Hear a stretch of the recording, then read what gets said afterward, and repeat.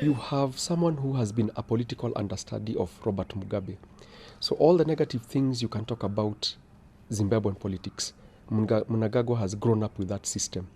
And so now that he is in power and he has the military behind him, he is going to use those bad same tactics to hold on to and remain in power. So Mnangagwa does not represent the change. And he's clinging on to power is because he knows all the tricks of the trade from a political science point of view. And he will use the state, he will weaponize anything to remain in power. Order, please. Can we listen to the...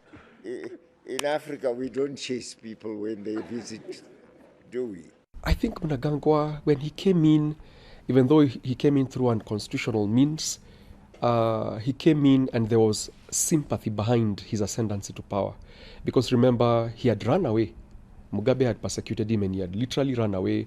And when the army overthrew Mugabe and installed him, because he had very close ties with Chiwenga and the military group, when they put him into power, Zimbabwe breathed a sigh of relief.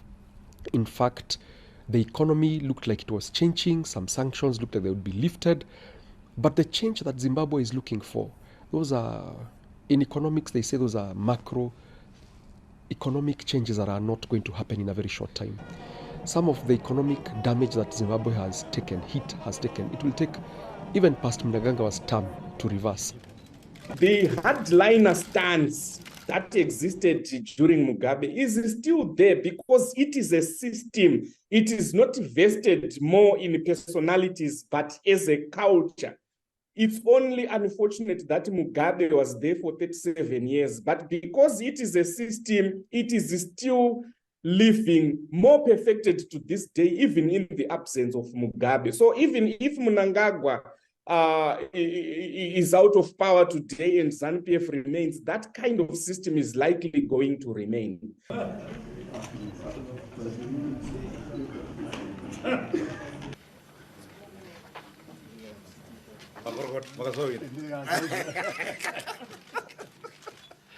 Very good.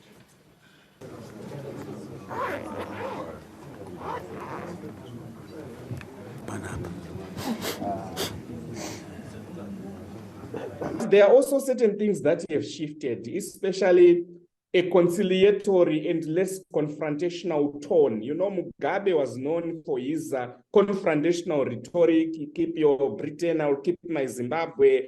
Zimbabwe will never be a colony, and even reducing a whole election into an anti-Blair election. So that kind of rhetoric is no longer there. Mnangagwa is minding his own business of consolidating power more than quarreling at the global political stage, as was the case with Mugabe.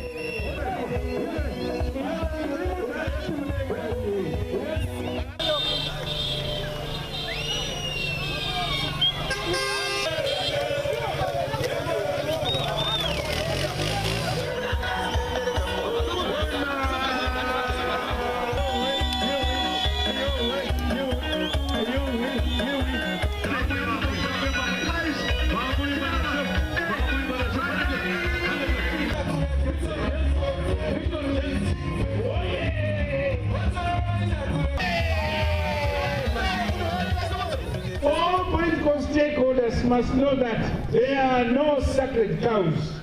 Perpetrators of violence will be brought to book without fear or favor.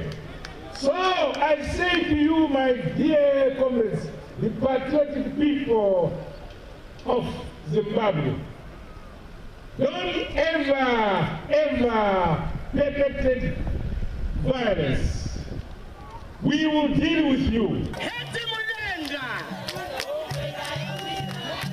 In spite of the sanctions imposed on us by some Western countries, for the last 3 years, Zimbabwe has been the fastest growing economy in SADC in spite of sanctions. All sectors in agriculture, in mining, construction, manufacturing, tourism, and others are all growing.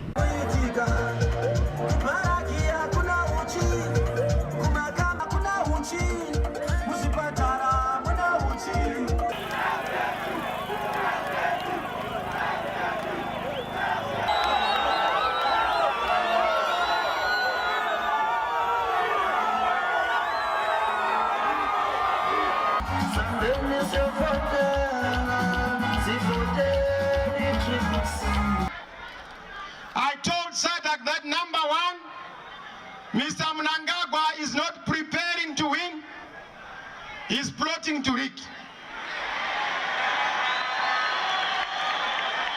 I told SADC that he stole the election in 2018, but this time I will not accept to allow him to steal the election again.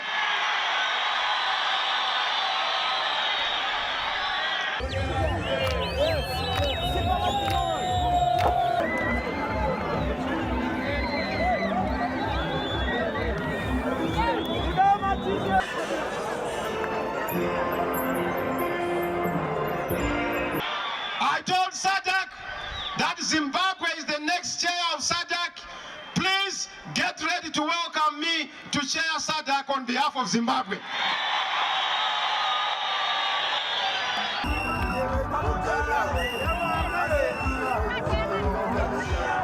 I told SADC that up to this day, contrary to what is happening in other countries, we don't have the voters' roll that is analyzable, searchable, but they thought that when they gave us a PDF format, we will not be able to crack it. I'm former Minister of ICT. We have managed to crack it and we know what they are trying to do. We will not allow them ukunchonjama force yetu. Nada.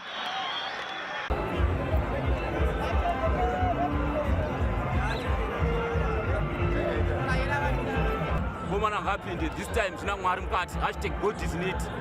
Pasong chamisa tapi tapi kumarua ndiye tapi tapi yenyika chamisa ndiye tapi tapi yenyika kumabasa ndiye tapi tapi yenyika chamisa ndiye tapi tapi